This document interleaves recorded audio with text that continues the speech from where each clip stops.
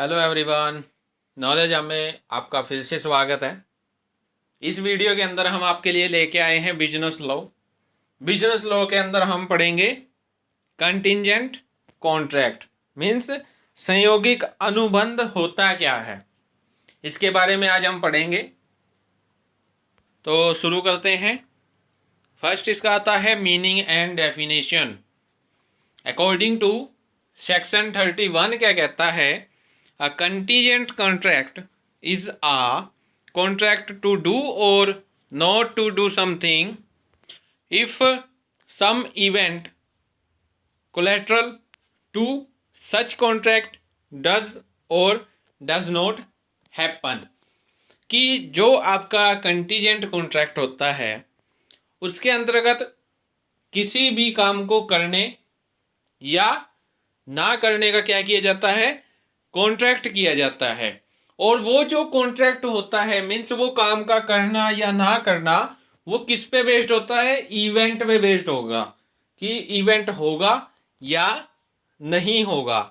वैसे तो आपका जो लास्ट वीडियो में हमने जो किया था वेजरिंग कॉन्ट्रैक्ट हमने किया था, बाजी लगाने वाला ठहराव एग्रीमेंट, तो उसमें क्या था? उसमें भी सेम था कि उसमें भी क्या है, जो आपकी टू पार्टीज हैं वो शर्त लगाती हैं किसी इवेंट के होने या ना होने पर क्या होगा? कॉन्ट्रैक्ट एक पार्टी जीत जाएगी। ठीक है, तो यहां पे क्या है? यहां पे शर्त नहीं है, यहां पे कॉन्ट्रैक्ट है कि अगर कोई इवेंट होता है, कोई घटना घटित होती है तो वो किसी काम को करेंगे या नहीं करेंगे। मैं आपको वेजरिंग और जो आपका कंटीजेंट कॉन्ट्रैक्ट है इनके बीच में क्या डिफरेंस होता है उसके लिए मैं आपको अलग से एक वीडियो प्रोवाइड करवा दूंगा, जिससे आपको क्लियर हो जाएगा कि वेजरिंग कॉन्ट्रैक्ट क्या होता है और कंटीजेंट कॉन्ट्रैक्ट एक्चुअल में होता क्या है। ठीक है, तो आज की वीडियो में अभी हम कंटीजेंट कॉन्ट्रैक्ट के बारे में डिस्कस करते हैं। कंटीजेंट कॉन्ट्रैक्ट मैं आपको एग्जाम्पल के थ्रू बता देता हूं। जैसे कि मान लीजिए आपके एक्स वाई दो पर्सन है। अब एक्स क्या है? एक्स वाई के साथ क्या करता है? कॉन्ट्रैक्ट करता है। वो उसे प्रोमिस करता है कि अगर जो वाई का जो मकान है, जो हाउस है, अगर उसमें किसी प्रकार से मतलब आग लग जाती है, डिस्ट्रॉय बाय फायर हो जाता है, आग के कारण क्या करता, उसका मकान जल जाता है, तो वो उसको 50,000 की क्या देगा? क्षतिपूर्ति देगा। मीन्स उसको कंपनसेशन देगा 50,000 का। लेकिन यहाँ पे जो इवेंट है, जो इवेंट का बेस है वो क्या है? आग है, फायर है। मीन्स फायर लगेगी तो उसे कंपनसेशन मिलेगा, तो वो अपने प्रॉमिस को पूरा करेगा। अगर आग नहीं लगेगी तो वो कंपनसेशन नहीं देगा, वो क्षतिपूर्ति नहीं देगा। मीन्स यहाँ पे जो इवेंट है वो आपका क्या है? फायर है। मीन्स आग लगना या ना लगना वो क्या है? आपका इवेंट का होना या नहीं होना। उसके बाद किसी कार्य को करना या न करना, मीन्स पैसे देना या ना देना, उसको कंपनसेट करना या नहीं करना। ये किस पे बेस्ड है? इवेंट पे बेस्ड है। इवेंट क्या है? आपका फायर लगना या ना लगना। तो ये होता है आपका कंटीजेंट कॉन्ट्रैक्ट। मीन्स इसमें फर्स्ट पार्टी सेकंड पार्टी को क्या कर देती है? प्रॉमिस कर देती है। अब वो प्रॉमिस पूरा होना या नहीं होना, मीन्स उस काम का होना या ना होना वो किस पे बेस्ड है? इवेंट पे।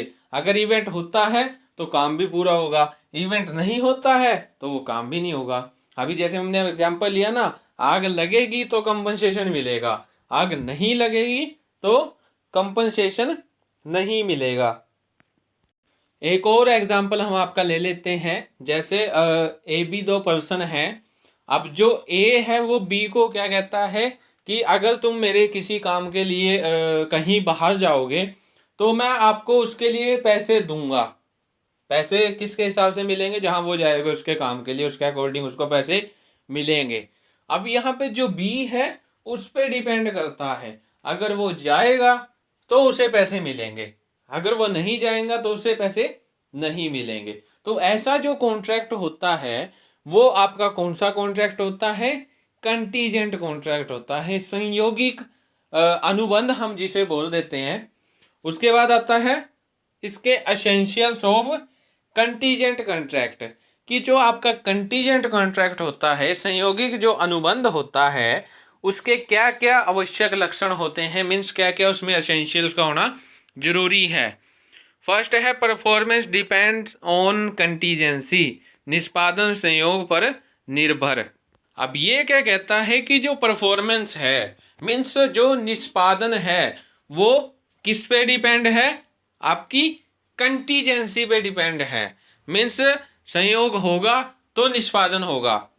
मीन्स अगर इवेंट है जो, अगर वो इवेंट होगा तो काम को पूरा किया जा सकता है, अगर इवेंट नहीं होगा तो काम को पूरा नहीं किया जाएगा। तो यहाँ पे जो कहता है कि जो आपका कंटीजेंट कॉन्ट्रैक्ट होता है उसमें एक एसेंशियल ये भी होता है कि उसमें जो परफॉर्मेंस होती है वो किस पे डिपेंड होती है, कंटीजेंसी पे डिपेंड होती है। उसके बाद आता है कोलैटरल इवेंट, घटना अनुबंध के समपार्श्विक। अब ये पॉइंट क्या कहता है कि कोई भी जो इवेंट है वो कोलैटरल तब होती है जब वो आपका जो कॉन्ट्रैक्ट है, ना तो उसके वचन से मीन्स जो प्रोमिस है उससे कोई लेना देना है, और ना ही उसका जो कंसिडरेशन है, जो प्रतिफल है, उससे कोई लेना देना है। अगर जो आपका इवेंट है वो कॉन्ट्रैक्ट का कोई पार्ट है तो वो जो इवेंट है उसको हम कोलैटरल नहीं बोल सकते, उस घटना को हम समपार्श्विक घटना नहीं बोल सकते। इसको हम एक एग्जाम्पल के तौर पे समझते हैं। क्या कहता है कि एक्स वाई आपके दो पर्सन हैं। अब जो एक्स है वो वाई को ये कहता है कि उसका जो उसकी प्रॉपर्टी है उसके ऊपर केस चल रहा है, ठीक है। जो अगर वो केस जीतता है, मीन्स प्रॉपर्टी उसकी हो जाती है, तो वो क्या करेगा, वो वाई को अपनी उसी प्रॉपर्टी को क्या कर देगा, बेच देगा। 50,000 में उसको वो प्रॉपर्टी बेच देगा। तो यहाँ पे जो आपका कोर्ट है, जो आपका केस है, वो एक्स के कॉन्ट्रैक्ट का पार्ट नहीं है, वो आपका कोलेट्रल इवेंट है, समपार्श्विक घटना है। मीन्स अगर वो केस जीतेगा तभी वो अपनी जो उसकी जो एसेट है, जो प्रॉपर्टी है, जो संपत्ति है, उसको वो वाई को बेचेगा। तो ऐसा जो इवेंट होता है वो आपका कोलेट्रल इवेंट होता है। उसके बाद थर्ड पॉइंट क्या कहता है, event should not be on the mayor will of the promisor, घटना वचनदाता की इच्छा पर निर्भर नहीं होनी चाहिए। अब थर्ड पॉइंट क्या कहता है कि जो मतलब कि इवेंट है, जो घटना है, वो जो आपका प्रोमिसर है उसकी विल पर डिपेंड नहीं होनी चाहिए, उसकी जो इच्छा है, वचनदाता की जो इच्छा है उस पर निर्भर नहीं होनी चाहिए। अब यहाँ पे हम एक एग्जांपल ले लेते हैं। जैसे ए बी आपके दो पर्सन हैं। ए बी को क्या कहता है कि अगर मेरी इच्छा हुई तो मैं आपको अपना मकान 20,000 में बेच दूंगा, ठीक है। अगर मेरी इच्छा नहीं हुई तो मैं अपना मकान नहीं बेचूंगा, अपना हाउस आपको नहीं बेचूंगा। तो ये जो कॉन्ट्रैक्ट है वो आपका कंटीजेंट कॉन्ट्रैक्ट नहीं माना जाएगा, क्योंकि यहाँ पे जो कॉन्ट्रैक्ट है वो एक्स की विल पर निर्भर है, एक्स की विल पर डिपेंड है, एक्स की इच्छा पर डिपेंड है। क्या कहता वो कि अगर मेरी इच्छा होगी, अगर उसकी विल होगी तभी वो हाउस बेचेगा, अदरवाइज नहीं बेचेगा। तो ये कॉन्ट्रैक्ट आपका कंटीजेंट कॉन्ट्रैक्ट नहीं है। उसके बाद फोर्थ पॉइंट क्या कहता है, all essential of a valid contract, कि जो आपका वैलिड कॉन्ट्रैक्ट होता है, जो वैध अनुबंध होता है, वैध अनुबंध कौन सा होता है, जो एनफोर्सेबल बाय लॉ होता है, जो लीगल ऑब्लिगेशन क्रिएट करता है। और इससे रिलेटेड मैंने फुल फ्लैज वीडियो अपने यूट्यूब चैनल पे डाली हुई है, जिसकी लिंक आपको डिस्क्रिप्शन बॉक्स में मिल जाएगी। तो ये क्या कहता है कि जो आपका कंटीजेंट कॉन्ट्रैक्ट है, जो आपका संयोगिक अनुबंध है, उसके अंदर जो एसेंशियल होते हैं, वैलिड कॉन्ट्रैक्ट के अंदर जो एसेंशियल होते हैं, वो सारे के सारे एसेंशियल इसके अंदर भी होने चाहिए। अगर वो इसके अंदर है तभी वो क्या है, एक कंटीजेंट कॉन्ट्रैक्ट है। कंटीजेंट कॉन्ट्रैक्ट एक वैलिड कॉन्ट्रैक्ट भी माना जाता है, वैलिड कॉन्ट्रैक्ट होता है कंटीजेंट ये कॉन्ट्रैक्ट आपका, ये इलीगल नहीं होता, ये लीगल होता है कंटीजेंट कॉन्ट्रैक्ट। इसलिए बोला गया है कि जो आपका वैलिड कॉन्ट्रैक्ट है उसके सारे एसेंशियल कंटीजेंट कॉन्ट्रैक्ट के अंदर होने चाहिए। तो ये कुछ आपके एसेंशियल थे कंटीजेंट कॉन्ट्रैक्ट के। अब इसके बाद कुछ रूल्स आते हैं, rules for enforcement of contingent contract, संयोगिक अनुबंध को लागू करने संबंधित नियम। तो मैंने ये जो आपका रूल्स हैं ये हिंदी और इंग्लिश दोनों में डाले हैं। इनसे ये जो नोट्स हैं ये आपको मेरे टेलीग्राम जो ग्रुप है उसमें आपको अवेलेबल मिलेंगे, वहाँ पे मैं डाल दूँगा। मैंने अपने जो टेलीग्राम जो ग्रुप है उसकी लिंक डिस्क्रिप्शन बॉक्स में डाली हुई है, तो आप वहाँ से उसे ज्वाइन कर सकते हो। जो भी मैं वीडियोस बनाता हूँ उससे रिलेटेड जो भी नोट्स हैं, जो भी मीन्स जो स्लाइड्स हैं वो आपको मेरे टेलीग्राम ग्रुप पे मिल जाएंगी। तो हम रूल करते हैं आगे कि क्या क्या रूल्स हैं। फर्स्ट क्या कहता है, enforcement of contingent contract based on happening of an event. तो फर्स्ट रूल आपका क्या कहता है कि according section 32, according to section 32 क्या कहता है फर्स्ट रूल, कि जो आपका कंटीजेंट कॉन्ट्रैक्ट है, जो आपका संयोगिक अनुबंध है, अगर वो किसी अनिश्चित घटना मीन्स अनसर्टेन इवेंट पर क्या है बेस्ड है, कि अनसर्टेन इवेंट जब पूरा होगा तभी वो कॉन्ट्रैक्ट है वो पूरा होगा। अगर वो किसी अनसर्टेन इवेंट पर डिपेंड है तो ऐसा जो कॉन्ट्रैक्ट है उसको लॉ के द्वारा एनफोर्सेबल नहीं कराया जाता। और अगर वो जो आपके इवेंट है वो असंभव है, इम्पॉसिबल है, मीन्स वो इवेंट होगा ही नहीं, संभव नहीं असंभव है, इवेंट होना इम्पॉसिबल है, तो इस केस में जो आपका कंटीजेंट कॉन्ट्रैक्ट है उसको वॉइड करार दे दिया जाता है, उसको वॉइड मान लिया जाता है। एक एग्जांपल ले लेते हैं, जैसे एक्स वाई और जेड तीन आपके पर्सन हैं। जो एक्स है वो वाई को कहता है कि अगर वो जेड से शादी कर ले तो वो उसको कुछ देगा, गिफ्ट देगा, ठीक है। और यहाँ पे जो वाई है उसके शादी करने से पहले ही जेड की क्या हो जाती है, डेथ हो जाती है।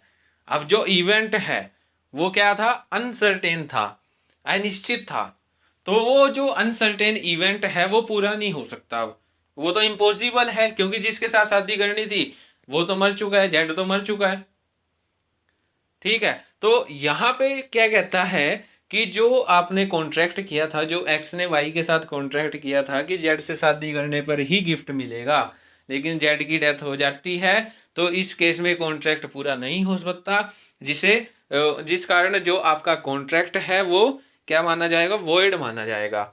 उसके बाद सेकंड पॉइंट क्या कहता है, enforcement of contingent contract based on non happening of an event. तो सेकंड पॉइंट क्या कहता है कि अकॉर्डिंग सेक्शन 33 ऐसे कंटीजेंट कॉन्ट्रैक्ट जो मतलब कि किसी फ्यूचर अनसर्टेन इवेंट पर के होने पर ही क्या होंगे, सॉरी होने न होने पर डिपेंड हैं। जो आपका कंटीजेंट कॉन्ट्रैक्ट है वो किसी फ्यूचर अनसर्टेन इवेंट के घटित न होने पर डिपेंड है, उसको आप लॉ के द्वारा एनफोर्सेबल करवा सकते हो, लेकिन वो भी तब तक एनफोर्सेबल नहीं होगा जब तक कि वो जो इवेंट है, वो जो अनसर्टेन इवेंट है उसका पूरा होना इम्पॉसिबल ना हो जाए। जब तक ऐसा नहीं होगा कि वो इवेंट पूरा होना इम्पॉसिबल है, मीन्स वो पूरा होना असंभव है, तब तक आप क्या नहीं करवा सकते, उसे लॉ के द्वारा एनफोर्सेबल नहीं करवा सकते। अगर उसका हो जाता है कि वो इम्पॉसिबल है, नहीं अब नहीं होगा, तब आप उसे क्या करवा सकते हो, लॉ के द्वारा एनफोर्सेबल करवा सकते हो। एक एग्जांपल ले लेते हैं, जैसे एक्स वाई दो पर्सन है। अब एक्स जो है वो वाई को कहता है कि अगर कोई स्पेशल शिप वापस ना आई तो वो उसे क्या देगा, 5,000 रुपये दे देगा, 5,000 रुपये गिफ्ट कर देगा। ऐसे ही अगर कोई स्पेशल शिप वापस नहीं आई और यहाँ पे जो आपकी शिप है वो क्या है, वो डूब जाती है, रास्ते में जाके वो पानी में क्या डूब जाती है, तो यहाँ पर जो आपकी शिप है उसके डूबने पर जो कॉन्ट्रैक्ट है उसको लॉ के द्वारा एनफोर्सेबल करवाया जा सकता है। क्योंकि पहले वो क्या थी, अनिश्चित घटना न थी, वो अनिश्चित घटना नहीं थी। लेकिन बाद में जो वो इवेंट है वो इम्पॉसिबल होगी कि जहाज तो डूब गया, अब जहाज का वापस आना तो इम्पॉसिबल है, जहाज तो आ ही नहीं सकता। तो यहाँ पे जो मतलब कि इम्पॉसिबल है, अब इम्पॉसिबल होने के बाद ही आप उसे क्या करवा सकते हो, लॉ के द्वारा एनफोर्सेबल करवा सकते हो। उसके बाद थर्ड पॉइंट क्या कहता है, impossibility of a future conduct of a person, भावी व्यक्तिगत कार्य की असंभावना। अब ये पॉइंट क्या कहता है, अकॉर्डिंग टू सेक्शन 34 क्या कहता है कि कोई ऐसा व्यक्ति क्या करे, किसी फिक्स टाइम पीरियड के लिए ये बोल दे कि वो उस फिक्स टाइम पे क्या होगी, इवेंट क्या होगा, पूरा होगा। लेकिन अब क्या है, जो इवेंट है उससे उससे ये अनुमान लगाया जा सकता है कि जो वो इवेंट है उसका पूरा होना क्या है, असंभव है। तो इस केस में भी क्या कहा जाता है कि अगर जो आपका पर्सन है, अगर वो ये बोल दे कि एक इवेंट है वो फ्यूचर में जाके इस टाइम पीरियड पे पूरा होगा, मीन्स फिक्स टाइम पीरियड बता दिया कि इसमें वो पूरा हो जाएगा, लेकिन जो इवेंट है उसको अगर कई टाइम पीरियड दे दिया जाए तो उसको असंभव मान लिया जाता है। इसको मैं एक एग्जाम्पल के तरीके से बताता हूँ। क्या कहता है कि आपके जो एक्स वाई और जेड आपके 3 पर्सन हैं। अब एक्स वाई को कहता है कि वो जेड से शादी कर ले, तो वो उसको क्या देगा, 50,000 रुपये दे देगा। लेकिन यहाँ पे जो जेड है वो किसी अन्य पर्सन, मीन्स मान लीजिए डब्ल्यू है, डब्ल्यू से शादी कर लेती है। जो जेड है वो डब्ल्यू से शादी कर लेती है।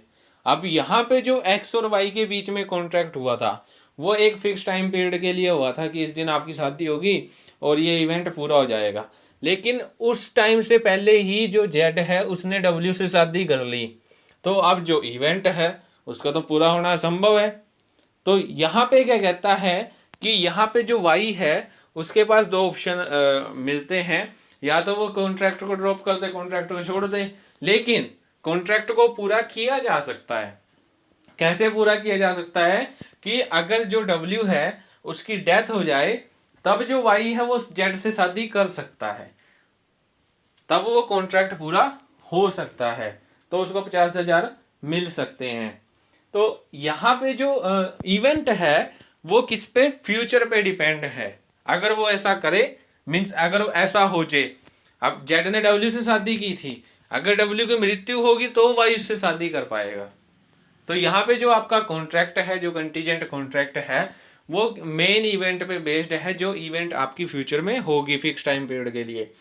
उसके बाद 5th पॉइंट क्या कहता है, contract based on non happening of specified event with in fix time. अब यहाँ पे क्या कहता है, according to section 35(1) sub section 1, तो क्या कहता है कि जो आपका कंटीजेंट कॉन्ट्रैक्ट है वो किसी स्पेशल जो आपकी अनसर्टेन इवेंट है उसके पूरा होने के लिए एक टाइम फिक्स कर लेता है कि इस टाइम के अंदर जो आपकी अनसर्टेन इवेंट है वो क्या हो जाएगा, पूरा हो जाएगा। अगर वो अनसर्टेन इवेंट उस फिक्स टाइम पीरियड के अंदर पूरा हो जाता है तो उसको एनफोर्सेबल बाय लॉ करवा सकते हैं, राजनियम के द्वारा परिवर्तनीय करवा सकते हैं। लेकिन अगर जो आपका अनसर्टेन इवेंट है वो फिक्स टाइम पीरियड के अंदर पूरा नहीं होता है तो वो जो आपका कॉन्ट्रैक्ट होता है उस कॉन्ट्रैक्ट को क्या मान लिया जाता है, वॉइड कॉन्ट्रैक्ट मान लिया जाता है। अब ये क्या कहता, नेक्स्ट पॉइंट क्या कहता है, contract based on non happening of specified event with in fix time. अब ये क्या कहता है, according to section 35 sub section 2 क्या कहता है कि जो आपका कंटीजेंट कॉन्ट्रैक्ट है वो किस पे बेस्ड है, स्पेशल इवेंट के घटित न होने पर। मीन्स जो स्पेशल इवेंट है वो नहीं होगा, वो हैपन नहीं होगा, वो नहीं होगा। ठीक है। अगर वो फिक्स टाइम पीरियड के अंदर नहीं होता है तो जो आपका कॉन्ट्रैक्ट है उसको आप एनफोर्सेबल बाय लॉ करवा सकते हो, राजनियम द्वारा परिवर्तनीय करवा सकते हो। लेकिन अवधि के समाप्त होने से पहले ही इवेंट पूरा हो जाता है। मीन्स एक क्या कह रहे हैं हम कि जो आपका कॉन्ट्रैक्ट है वो फिक्स टाइम पीरियड के अंदर पूरा नहीं होगा तो उसे राजनियम द्वारा परिवर्तनीय करवाया जा सकता है। अगर वो टाइम पीरियड के अंदर पूरा हो जाता है तो वो आपका कॉन्ट्रैक्ट नहीं माना जाएगा। क्यों? क्योंकि हमने यहाँ पे कंडीशन क्या लगाई है कि जो आपकी इवेंट है, जो आपकी अनसर्टेन इवेंट है, वो फिक्स टाइम पीरियड के अंदर पूरी नहीं होनी चाहिए, तभी उसे क्या करवा सकते हैं, एनफोर्सेबल बाय लॉ करवा सकते हैं। उसके बाद 6th पॉइंट क्या कहता है, contingent contract based on impossible event, कि जो आपका कंटीजेंट कॉन्ट्रैक्ट होता है, जो आपका संयोगिक अनुबंध होता है, वो किस पे बेस्ड होता है, वो आपका अनसर्टेन इवेंट पे बेस्ड होता है, इम्पॉसिबल इवेंट पे बेस्ड होता है, जिसको पूरा ना किया जा सके, असंभव घटना। मीन्स ना वो फर्स्ट पार्टी के हाथ में होती है और ना ही सेकंड पार्टी के हाथ में होती है। अब जैसे मान लीजिए बोल दिया कि कल बारिश होगी तो ही आपको क्या मिलेंगे, पैसे मिलेंगे। अब ये ना तो ए के हाथ में बारिश कराना, ना तो ए के हाथ में और ना ही बी के हाथ में, तो ये आपका अनसर्टेन इवेंट है, अनिश्चित घटना है, इम्पॉसिबल इवेंट है। तो ये क्या कहता है कि जो आपका कंटीजेंट कॉन्ट्रैक्ट है वो आपका इम्पॉसिबल इवेंट पर क्या होता है, बेस्ड होता है। तो आज की वीडियो में हम इतना ही करेंगे, जिसमें हमने आज कंटीजेंट कॉन्ट्रैक्ट जो आपका टॉपिक है उसके बारे में आज हमने कंप्लीट पढ़ा कि उसके एसेंशियल इवेंट्स क्या होते हैं और उसके रूल्स क्या होते हैं जिसमें कि उसको क्या करवा सके, एनफोर्समेंट करवा सके। तो इसका मैंने हिंदी में भी दिया है, वो आपको मैं टेलीग्राम ग्रुप पे अवेलेबल करवा दूंगा इसके नोट्स। फॉर मोर इन्फॉर्मेशन और more videos please like, share and subscribe my YouTube channel. Thank you.